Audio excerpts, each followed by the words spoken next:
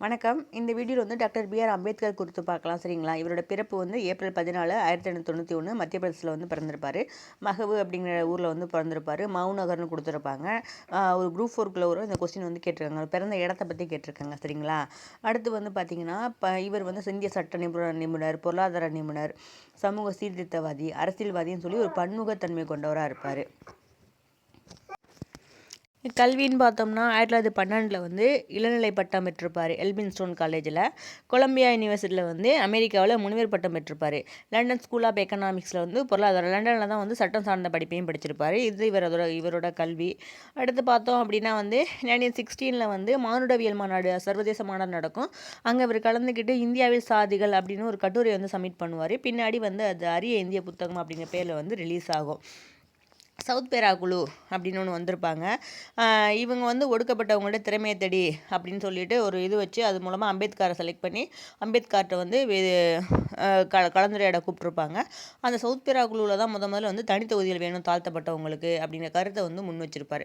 வட்டமேசை மாநாடுகளாக இருக்கட்டும், சைமன் குழுவாக இருக்கட்டும், எல்லா இடத்துலையுமே வந்து அம்பேத்கர் முன் வச்ச கருத்து பார்த்திங்கன்னா தனித்தொகுதிகள் வேணும் தாழ்த்தப்பட்டவங்களுக்கு அப்படின்னு. ஏன்னா வந்து தனித்தொகுதிகள் இல்லாமல் இருந்துச்சு அப்படின்னா வந்து வாக்களித்தது இது ஜெயிச்சதுக்கு அப்புறமே வந்து மேல் ஜாதினை வந்து டிபெண்ட் பண்ணியிருக்க மாதிரி இருக்கும் அப்படிங்கிறதுக்காக வந்து தனித்தொகுதி கான்செப்ட் வந்து எல்லா இடத்துலையுமே விடாப்படியாக இருந்திருப்பார்.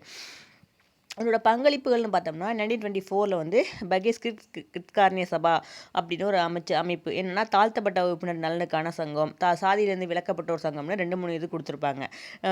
இது பகேஸ்கிர் கிட்கார்னிய சபானே படிச்சுக்கோங்க. சரிங்களா? 1924 இதே 1924 வைக்கம் சத்தியாகிரகம் நடந்திருக்கும். அப்படியே ரிலேட் பண்ணி படிச்சுக்கோங்க. சரிங்களா? 1927 வந்து மகத் சத்தியாகிரகம், மகத் மார்ச் பேரணி, பொது குளங்களில் வந்து தாழ்த்தப்பட்டவங்களும் வந்து தண்ணி எடுத்து பயன்படுத்தணும் அப்படிங்கிறதுக்காக நடத்தியிருப்பாங்க. 1927 32 வந்து வட்டமேசை மாநாடுகளை வந்து கலந்துக்கிட்டு இருப்பார் லண்டனில். அந்த 2வது வட்டமேசை மாநாடுலாம் வந்து தாழ்த்தப்பட்டவங்களுக்கு தனித்தொகுதி வழங்குற மாதிரி வந்து ஒரு அறிவிப்பு கொடுத்துருப்பார். வகுப்பு பிரதிநிதித்துவம் சொல்லுவோம்ல அது. அதில் வந்து பார்த்திங்கன்னா அதை எதிர்த்து வந்து காந்தியடிகள் என்ன பண்ணியிருப்பார்னா எரவாடா சிறையில் வந்து உண்ணாவிரதம் இருப்பார். ஸோ அந்த தாழ்த்தப்பட்டவருக்கு தனித்தொகுதி கோரிக்கை வந்து கைவிடும்படி நடந்த ஒப்பந்தம் தான் வந்து இந்த பூனா ஒப்பந்தம்.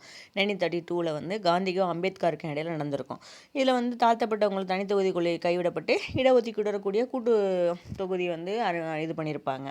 இதே வந்து கான்ஸ்டியூஷன்லையும் சேர்த்துருப்பாங்க. 1942 பார்த்தோம்னா வைஸ்ராய் நிர்வாகக்குள்ள வந்து உறுப்பினராக நியமனம் பண்ணியிருப்பாங்க. தொழிலாளர் உறுப்பினராக வந்து இவர் வந்து நியமனம் பண்ணியிருப்பாங்க. 1946 கான்ஸ்டியூஷன் அசம்பிளியோட மெம்பராக அரசியல் நிர்ணய சபையோட உறுப்பினராக வந்து வங்காளத்திலேருந்து செலக்ட் பண்ணியிருப்பாங்க. அவங்கள வரைவு குழுவோட தலைவராக இருப்பார். இந்திய அரசியலமைப்பு தந்தைன்னு சொல்கிறது நம்ம அம்பேத்கரை தான். 1947 வந்து சுதந்திர இந்தியாவின் முதல் சட்ட அமைச்சர் அம்பேத்கர் தான் பொறுப்பேற்றிருப்பார். 1951 ஹிந்து கோடு பில்லுன்னு சொல்லிட்டு ஒரு பில்லு பாஸ் பண்ணுவாங்க. பாலிட்டிலே நம்ம படிச்சிருப்போம். அமைச்சர் இண்டிவிஜுவல் ரெஸ்பான்சிபிலிட்டி, கலெக்டிவ் ரெஸ்பான்சிபிலிட்டி அப்படின்ட்டு.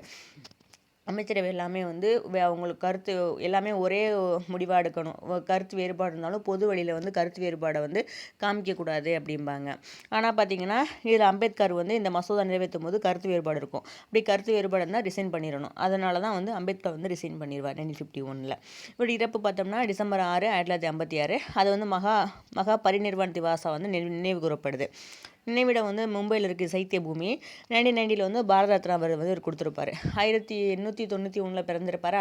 1990 வந்து பாரத ரத்னா விருது வந்து இவர் கிடச்சிருக்கும். இவரோட பத்திரிகைகள் பார்த்தோம்னா மூக் நாயக் 1920, அடுத்து வந்து பகிஷ்கிருத பாரத் 1927, சமதாங்கிறது 1929, ஜனதாங்கிறது 1930.